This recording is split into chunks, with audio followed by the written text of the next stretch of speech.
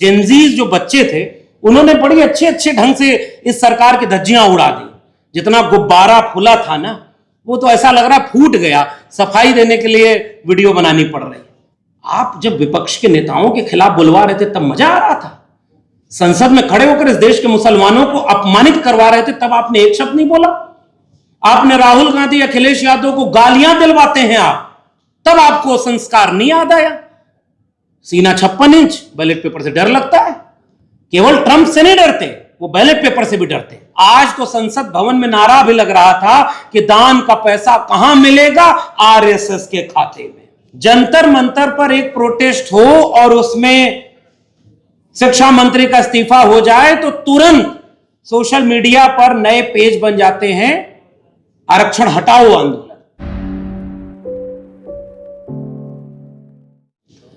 इसी मंच से कई बार जातिवार जनगणना को लेकर बात हुई, कई बार आरक्षण को लेकर बात हुई, और आज भी एक विषय है निजी क्षेत्र में सरकारी धन से पोषित सभी निजी क्षेत्र। और इस विषय को, जो कि बहुत महत्वपूर्ण है, इस पर बात करते हुए मंडल कमीशन का रेफरेंस जरूर लेना चाहिए। मंडल कमीशन अपनी सिफारिश में यह बात साफ कहता है कि अगर सरकार से किसी ने 1 रुपए का भी मदद ली किसी भी रूप में तो वो निजी संस्थान नहीं रहा। अगर जमीन पे कोई छूट ली हो, बिजली पानी के नाम पर छूट ली हो, किसी भी तरह से आपने सरकार से फायदा लिया तो आप निजी कैसे रह गए? और निजी जैसा कुछ इस तरह होता नहीं। इसलिए यह बहुत वैधानिक, बहुत जरूरी मांग है और इसका पुरजोर समर्थन करना चाहिए। और निजी क्षेत्र में जो शैक्षणिक संस्थान, इसमें तो सबसे पहले ये मांग होनी चाहिए, हर निजी क्षेत्र में आरक्षण हो। ये मांग इसलिए भी जरूरी है कि आरक्षण बचा ही कितना है जहां मिल रहा है। 3% से ज्यादा सरकारी नौकरियां नहीं बची हैं। कई आंकड़े तो उसे और घटाकर 1-1.5%, 2% कहते हैं। 90% से ज्यादा असंगठित क्षेत्र है जहां कोई आरक्षण नहीं होता, और बाकी प्राइवेट सेक्टर की नौकरियां जिसमें कोई आरक्षण नहीं। लेकिन आप कल्पना करिए कि जंतर मंतर पर एक प्रोटेस्ट हो और उसमें शिक्षा मंत्री का इस्तीफा हो जाए तो तुरंत सोशल मीडिया पर नए पेज बन जाते हैं, आरक्षण हटाओ आंदोलन। कोई यह ना पूछे कि आरक्षण है कहां, कितना है। हम लोग जब उसे बचाने की बात करते हैं तो वो तो हम सैद्धांतिक रूप से उसे बचाने की बात करते हैं कि संविधान ने दिया है, अगर यह भी छिन गया तो आपका आरक्षण खत्म हो जाएगा। और जिस दिन ईडब्ल्यूएस लागू हुआ उस दिन बहुत कुछ खत्म हो भी गया। सरकारी नौकरी और सरकारी शिक्षा दो ही जगह आरक्षण है और दोनों बची नहीं है, तो फिर आपका आरक्षण है कहां? लेकिन फिर भी आरक्षण खत्म करने के लिए रोज बहस होती है। इसलिए आरक्षण समर्थकों को इस तरह के विषयों की गंभीरता को समझते हुए अपनी मांग के दायरे को बढ़ाना चाहिए। अभी विल्सन साहब बोल रहे थे, सुधांशु जी ने भी उसके टेक्निकल पॉइंट्स को आपके बीच में रखा। कोई भी सुप्रीम कोर्ट का जजमेंट पढ़ ले, जब 3 बनाम 2 से ईडब्ल्यूएस को पास किया गया कि सही है, उसमें टिप्पणी है उन जजों की जिन्होंने अपनी आपत्ति दर्ज की थी कि आपने एससी एसटी ओबीसी को इसमें शामिल क्यों नहीं किया? गरीब उसमें नहीं होते क्या? यानी गरीबों की एक जाति बना दी। फिर उसके बाद ये टिप्पणी है कि आरक्षण अगर 10% है, टेक्निकली दिखता है कि 50 में से 10 घटाकर 40 हुआ है, लेकिन दरअसल वो 50 में 10 जोड़ के 60 हुआ। अगर आप बारीकी से देखें तो फिर मंडल कमीशन की वो सिफारिश क्यों नहीं लागू होनी चाहिए, जिसकी जितनी संख्या भारी उसकी उतनी हिस्सेदारी। जो बचा है वो सबको लागू करो। तो ये बड़ा बुनियादी सी बात है। दिल्ली के इस शानदार परिसर से निकलकर गांव-गांव तक पहुंचे, इसमें हम लोगों की भूमिका और इन यूट्यूब चैनल के तमाम हम लोगों की भूमिका होनी चाहिए। बैलेट पेपर, कल तक चोर अगर गांव में पकड़ाता था कि 2 बोरिया लूट के ले जा रहा है, भैंस खोल के ले जा रहा है, गांव दौड़ा लेता था और चोर को बदनामी होती थी। फिर चोर ने रूप बदल लिया। पहले उसने सरकारी संपत्ति को चोराया, आरक्षण खत्म, आधा अपने आप। सौगंध ली थी उसने कि मैं देश नहीं बिकने दूंगा, और बारी बारी एक एक चीज बेच दिया। तो चोरी करके बेच दिया तो आपको लोगों को लगा कि चलो सरकारी संस्थानों की चोरी हुई है। उसके बाद आपको लगा कि भाई अब कोई बड़ी चोरी नहीं होगी, तब तक पता चल रहा है कि आपके वोट की चोरी हो रही, खुलेआम दिन दहाड़े। और वोट की चोरी के बावजूद 240 पर रुक गए। अब की बार 400 पार ताकि संविधान बदलना है। भूल तो नहीं गए आप लोग? वो किसके लिए बोला था? क्या उन एक बार जेंजी स्टाइल में प्रधानमंत्री कैमरे का एंगल बदल करके फ्रेंड्स को संबोधित करते हुए उन सांसदों पर भी कार्रवाई कर दिए होते जिन्होंने संविधान बदलने के लिए कहा था कि 400 सीटें चाहिए। मैं तो उस उत्तर प्रदेश से आता हूं जिसको थोड़ा सा धन्यवाद कहने का मन होता है कि उसने बीजेपी को रोक दिया, वरना अब तक ये संविधान की धज्जियां और उड़ चुकी होती, काफी तो उड़ चुकी है। वोट चोरी के बावजूद उन्होंने इतने सांसद जिताए, फिर जो कम रह गए उस कम रहने के बाद उन्होंने पॉलिटिकल पार्टियां तोड़ी। पिछले 2 संसद सत्र के बीच इस देश में क्या हुआ ये आप देख लीजिए। डिलिमिटेशन बिल आया, महिला आरक्षण के कवर में आया। आप कल्पना करिए, इस देश में मूर्खता का परीक्षण केवल कोरोना में ताली थाली बजवा कर नहीं किया गया था। गोबर खिलाने वाली बात, और विश्वविद्यालय से सुधांशु जी हैं, जितेंद्र मीणा जी हैं, सब लोग हैं, विश्वविद्यालयों को आरएसएस का अड्डा बना दिया। हम लोग यही बात बोलते रहे तो हम लोग को निशाने पर रखते थे। अब तो पूरा देश बोलता है, मुझे बड़ा सुकून होता है। आज तो संसद भवन में नारा भी लग रहा था कि दान का पैसा कहां मिलेगा? आरएसएस के खाते में। तो सारा लूट तो आरएसएस किया।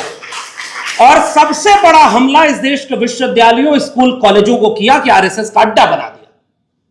और जो कुलपति, जितने कुलपति, मैं खुश होता हूं कि लोकसभा के नेता प्रतिपक्ष राहुल गांधी हो या अखिलेश यादव हो या और बड़े नेता हो, अब वो खुल के बोलते हैं इस आंदोलन के बाद, जिस आंदोलन में प्रधानमंत्री को कुछ फूल बरसाए जेंजीज ने, तो उनका मन आहत हो गया कि बच्चों में संस्कार गलत पड़ रहे हैं। और डाला किसना ताऊ जी से ये पूछे तो नहीं बताएंगे। कौन कौन सा अपशब्द प्रधानमंत्री ने बोला है इस मंच पर कहूं तो शोभा नहीं देगा। तो भाषा की गरिमा तो प्रधानमंत्री ने गिराई, भाषा की गरिमा गृह मंत्री ने गिराई, बीजेपी के नेताओं ने गिराई। हमारे यहां एक मुख्यमंत्री है, जब प्रधानमंत्री और गृह मंत्री थक जाते हैं तो उत्तर प्रदेश का मुख्यमंत्री भाषा की गरिमा गिराने में सबसे अव्वल रहता है, क्योंकि उसको अगले नंबर प्रधानमंत्री बनना है। और उस सारी चीजों में आप रील बना के कहते हो कि गरिमा गिर रही है प्रधानमंत्री पद की। लेकिन आप कल्पना करो, यह गरिमा कभी नहीं गिरेगी जिन पॉलिटिकल पार्टियों को यह कहते थे कि ये बुरी हैं, उन्हीं का सांसद विधायक तोड़ करके 2/3 बहुमत चाहिए ताकि परिसीमन का बिल पास हो जाए और अगले 50 साल तक बीजेपी को कभी कोई हरा न सके। इतना बड़ा खतरा इस देश के सामने है और ये इसी सत्र में लाने जा रही है बीजेपी गवर्नमेंट।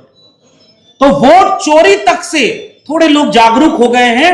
और बिल्कुल ठीक कहा सुधांशु जी ने कि जब आप लोकतंत्र का गाना गाते रहे और वोट ही आपको पता नहीं कि चोरी हो रहा है कि नहीं, तो फिर किस बात का लोकतंत्र है? आपने आम आदमी पार्टी के सांसदों को तोड़ लिया, उसके नेता को गाली दोगे, लेकिन जो उसकी पार्टी छोड़कर बीजेपी में शामिल हो गया वो अच्छा हो गया। बंगाल में जिस पार्टी को हराते हो और आप उन पार्टियों को भला बुरा कहते हो, उनके 20 सांसद आ गए तो वो सब राष्ट्रवादी, धार्मिक, और मुझे तो लगता है कि बड़े बड़े संत महात्मा हैं जो बीजेपी में शामिल हो रहे हैं। इसका मतलब यह खतरा बहुत गंभीर आने वाला है और परिसीमन का है। अगर यह 850 सीटें किसके लिए चाहिए? संसद तो चल नहीं रही और संसद में कुर्सियां बढ़ा करके लोकतंत्र मजबूत होता है क्या? लोकतंत्र की बुनियाद है वोट। बाबा साहब डॉक्टर अंबेडकर ने कहा था, राजा रानी के पेट से नहीं, जनता के वोट से पैदा होगा। और जनता को ही पता नहीं, आधा वोट बिक रहा है। 10,000 रुपया बिहार में दिया गया खाते में, चुनाव के बीच में दिया गया, कुछ नहीं हुआ इस देश में। चुनाव आयोग पूरी तरह लूट लिया गया है। क्योंकि ये सारी बातें हो चुकी हैं, इसलिए ज्यादा वक्त लेने की बजाय कुछ जेंजीज जो बच्चे थे उन्होंने बड़ी अच्छे अच्छे ढंग से इस सरकार की धज्जियां उड़ा दी। जितना गुब्बारा फूला था ना, वो तो ऐसा लग रहा फूट गया। सफाई देने के लिए वीडियो बनानी पड़ रही। इतने अच्छे अच्छे शब्द इस देश के प्रधानमंत्री के लिए बोले गए, बुरा लगा। आप जब विपक्ष के नेताओं के खिलाफ बुलवा रहे थे तब मजा आ रहा था। संसद में खड़े होकर इस देश के मुसलमानों को अपमानित करवा रहे थे तब आपने एक शब्द नहीं बोला। आपने राहुल गांधी, अखिलेश यादव को गालियां दिलवाते हैं आप, तब आपको संस्कार नहीं याद आया। इसका मतलब यह है कि आप बहुत कुछ बर्बाद कर चुके हो। जब पलट कर वो आपके ऊपर आ रहा है तो आपको लग रहा है कि संस्कार खतरे में। नहीं साहब, इस देश की बुनियाद खतरे में, और बीजेपी और आरएसएस ने उसे डाला। वो एक बच्चे वीडियो बना रहे थे, एक बड़ा भाई ये छोटे पूछ रहा है कि गांधी जी के 3 बंदर थे, कौन कौन से? कहा एक को दिखाई नहीं देता था, एक को सुनाई नहीं देता था, एक बोलता नहीं था। कहे वो तीनों कहां गए गांधी जी के बाद? तो कहा जिसको दिखाई नहीं देता वो आजकल के संस्थानों में बैठे हैं, जैसे चुनाव आयोग, उसको दिखाई नहीं देता, सुप्रीम कोर्ट उसको दिखाई नहीं देता कि देश में क्या क्या हो रहा है। दूसरा कहा कि जो बोलता नहीं वो कहां गया? तो उससे कहा कि जो है वो सरकार में बैठ गया, कुछ भी जनता पूछे बोलेगा नहीं। तीसरा कहां गया? तो वो कहा वो मीडिया में बैठ गया है, उसको कुछ नहीं समझ में आता। और इस तरह के तीनों लोग लोकतंत्र को खोखला कर चुके हैं। इसलिए ये जो मांग है बैलेट पेपर, मैं तो धन्यवाद देता हूं विपक्ष के 2 नेताओं का, राहुल गांधी और अखिलेश यादव का, जिसमें से अखिलेश यादव ने 80 में से 37 सीटें जीतने के बाद संसद में कहा था कि मैं 80 की 80 सीटें जीत जाऊं तब भी मुझे ईवीएम पर भरोसा नहीं है, और हम ईवीएम से जीतकर ईवीएम को हटाएंगे तभी लोकतंत्र बचेगा। और यही बात विपक्ष के नेताओं ने कही, और जो भी समझदार है वो जानता है कि इन मशीनों पर यकीन उन्हें ही नहीं है जिन्होंने बनाया। आप ढो रहे हो, सीना 56 इंच, बैलेट पेपर से डर लगता है। केवल ट्रंप से नहीं डरते, वो बैलेट पेपर से भी डरते हैं। और अब मैं आखिरी बात कहकर के अपनी बात खत्म कर रहा हूं। एक हथियार से लोकतंत्र लूटा नहीं जा रहा कि ईवीएम है इसलिए लूट लिया गया। जहां ईवीएम की जरूरत वहां ईवीएम से लूटा जा रहा। जहां 10,000 रुपया खाते में भिजवाना है वहां 10,000 रुपया खाते में। अभी उत्तर प्रदेश का चुनाव आ रहा है, आपको क्या लगता है कितने हजार भिजवाया जाएगा? जो अशिक्षित भारत रह गया उसको पैसा दे दो ताकि वोट खरीद लिया जाए। ये क्या है? ये लोकतंत्र है। सांसद विधायक खरीद करके तुम 2/3 बहुमत चाहते हो ताकि देश के लोकतंत्र की धज्जियां उड़ सके। उसी तरह से अब तुम चुनाव की भी कोई अहमियत नहीं बचेगी जिस दिन परसीमन हो जाएगा।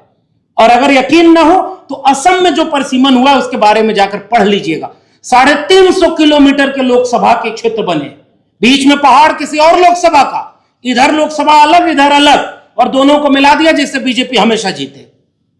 पूरे देश में यह लागू हो जाएगा तो क्या होगा? तो इसलिए बहुत बड़ा खतरा इस देश के लोकतंत्र और संविधान पर आ चुका है। और हमें लगता है कि इस तरह की गोष्ठियां हर जगह, दिल्ली में भी होनी चाहिए।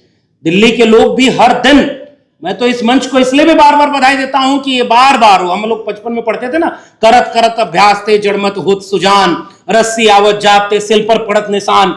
तो 85% जब कहते हैं तो मैं कई बार हैरान होता हूं, है 85% तो है कहां, ये किसी को नहीं पता।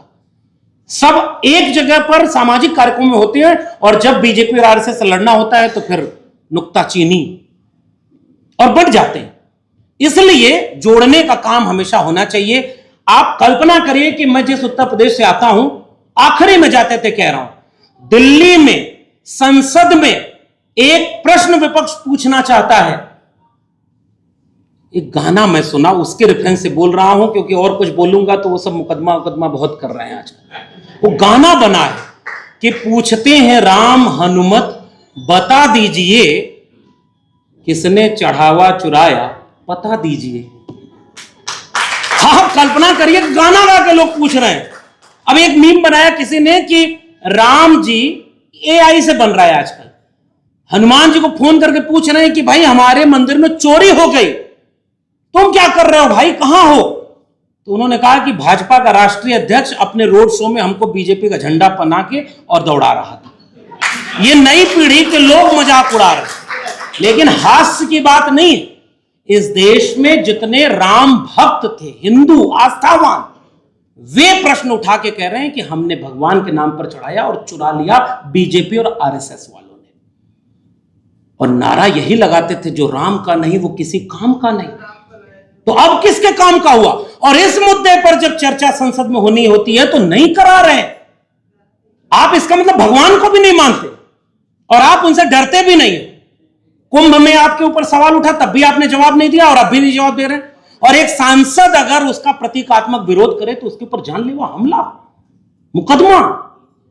इसलिए यह बहुत खतरे की बात है। इसका मतलब जो बीजेपी और आरएसएस ने जो नया भारत बनाया है उनको किसी बात से फर्क नहीं पड़ता, उनकी आस्था आहत नहीं होती। इसका मतलब यह कि ये पूरे मानसिक ईवीएम ही हैक नहीं हुई है, कुछ लोगों का दिमाग भी हैक कर लिया है। और इसलिए लड़ाई बहुत गंभीर हो चुकी है। और मुझे तो लगता है हम लोग नौकरी करी खोई, ऐसा बहुत छोटी बात है। लोग मारे जा रहे हैं साहब। जितेंद्र मीणा को आप सुनिए, इस मंच पर एक आदिवासी बोल रहा था, तब आपको समझ में आया होगा कि इसी देश में एक पेड़ मां के नाम का दिखावा, झूठ और धोखा, और लाखों पेड़ अडानी के नाम, यह हकीकत है। और ये सरकारें इसीलिए आदिवासी मुख्यमंत्री बनाया जब छत्तीसगढ़ में, तो पूरा हसदेव का लाखों पेड़ कटवा दिया, लक्षद्वीप से लेकर अंडमान तक हर तरफ से हमला है। फिर बचेंगे कैसे? क्योंकि हम अलग अलग अपनी अपनी लड़ाई लड़ रहे हैं। इसलिए इस मंच जैसे मंच की जरूरत है जो सबको एक करने की बात करता है। तस्वीरें देखिए गौर से, जितने महापुरुष हैं, जितने विचारक हैं, उन सब में एका है, इसलिए एक मंच पर है। और मैं तो कहूंगा आयोजन समिति से कि मरहूम शरद जी का इसमें तस्वीर है तो नेताजी की भी तस्वीर जुड़ जाए, ताकि वो जो पिछड़ों की, बहुजनों की और तमाम लोगों की लड़ाई है वो और मुकम्मल होकर आगे बढ़े। और सब लोग तो इस मंच पे आते ही हैं, एक होना होगा 90%, 95% कर लें। जो भी हमारे साथ एक होकर के संविधान लोकतंत्र बचाए, तभी जाकर के ये बचेगा, अन्यथा अब इस देश में कुछ बचने लायक नहीं है। हमने देख लिया बंगाल का चुनाव, केवल उन्होंने चुनाव नहीं जीता, उन्होंने दूसरे विपक्षी दल को खत्म कर दिया और बिकने के लिए सांसद विधायक तैयार बैठे। तो इसलिए बड़ा गंभीर संकट है। मैंने बहुत सारी बातें कह दी, मैं एक छोटी सी कविता आपको सुनाना चाहता हूं, ताकि ये कविता के बहाने जो बात है वो आखिरी तक, वहां तक पहुंचे जहां तक पहुंचना चाहिए। हमारे बड़े प्रिय कवि हैं, इसको सुनिएगा, मौजूदा निजाम की आपको याद आएगी। और ये पीछे किताबों की छोटा सा स्टॉल है, एक काम और करिए, आपके जेब में जितना रुपया है और आप सक्षम हैं तो किताबें भेंट करने के लिए किताबें खरीद कर ले जाइए। किसी के बर्थडे में, किसी के शादी विवाह में, कहीं भी मिलने जाइए, उसे किताब दीजिए। हमारे लोग अभी जागरूक नहीं है और इसलिए इस कार्यक्रम की जरूरत है कि वो लोग पढ़ें और जानें। लेकिन ये लोकतंत्र अब खत्म होने के कगार पर है और आखिर में इस बात को तो हम लोग देश भर में घूम के कह रहे हैं और इस तरह कार्यक्रम और होने चाहिए। मैं इस उम्मीद के साथ अपने प्रिय कवि उदय प्रताप सिंह की कविता, क्योंकि इस कविता के बहाने आप बहुत सारी चीज समझ जाएंगे। कोई खुशबू न कोई फूल न कोई रौनक, इस पर कांटों की जहालत नहीं देखी जाती। हमने खोली थी इसी बाग में अपनी आंखें, हमसे इस बाग की हालत नहीं देखी जाती। बुलबुलें खुश थीं, उम्मीदों के तराने गाए। 2014-2019 याद करिए। बुलबुलें खुश थीं, उम्मीदों के तराने गाए, लेके पतझड़ से बहारों को चमन सौंप दिया। अब तो मासूम गुलाबों की ये घायल खुशबू शीश धुनती है कि खारों को चमन सौंप दिया। रात बस रात ही होती तो कोई बात न थी, उसका आकार मगर दूना नजर आता है। जितने चमकीले सितारे थे, इस बैनर पर गौर करेंगे तो वो सितारे नजर आएंगे। जितने चमकीले सितारे थे सब डूब गए, सारा आकाश बड़ा सूना नजर आता है। कवि की आवाज बगावत पर उतर आई है, दल के दलदल से हमें कोई सरोकार नहीं। तुमने इस देश की तस्वीर बिगाड़ी ऐसे, जैसे इस देश की मिट्टी से तुम्हें प्यार नहीं। आप जोड़ेंगे मौजूदा निजाम को तो समझ में आएगा। और आखिर में देखिए, तुमने क्या काम किया उनके अभावों के लिए, जिनकी वजह से तुम्हें तख्त मिला, ताज मिला। उनके सपनों के जनाजों में तो शामिल न हुए, जिनके चुप रहने की वजह से तुम्हें राज मिला। 90% को जोड़िए तो समझ में आ जाएगा कि कुर्सी पर जो बैठा वो किसकी वजह से बैठा है, वरना अंजाम वही होगा। अब सभाओं में गरीबों के लिए चिल्लाना, वोट लेने का ये नाटक है, इसे खत्म करो। ऐसी आजादी गुलामी से बहुत बदतर है, ये वो चिंतन है जो घातक है, इसे खत्म करो, वरना अंजाम वही होगा जो पहले भी हुआ। कुर्सी तो कुर्सी है, निगाहों से उतर जाओगे। मौत आएगी जब आएगी तुम्हारी खातिर, मौत से पहले बहुत पहले ही मर जाओगे। शुक्रिया। खबरों में बने रहने के लिए फोरम 4 को सब्सक्राइब करें और नोटिफिकेशन पाने के लिए बेल आइकन दबाएं।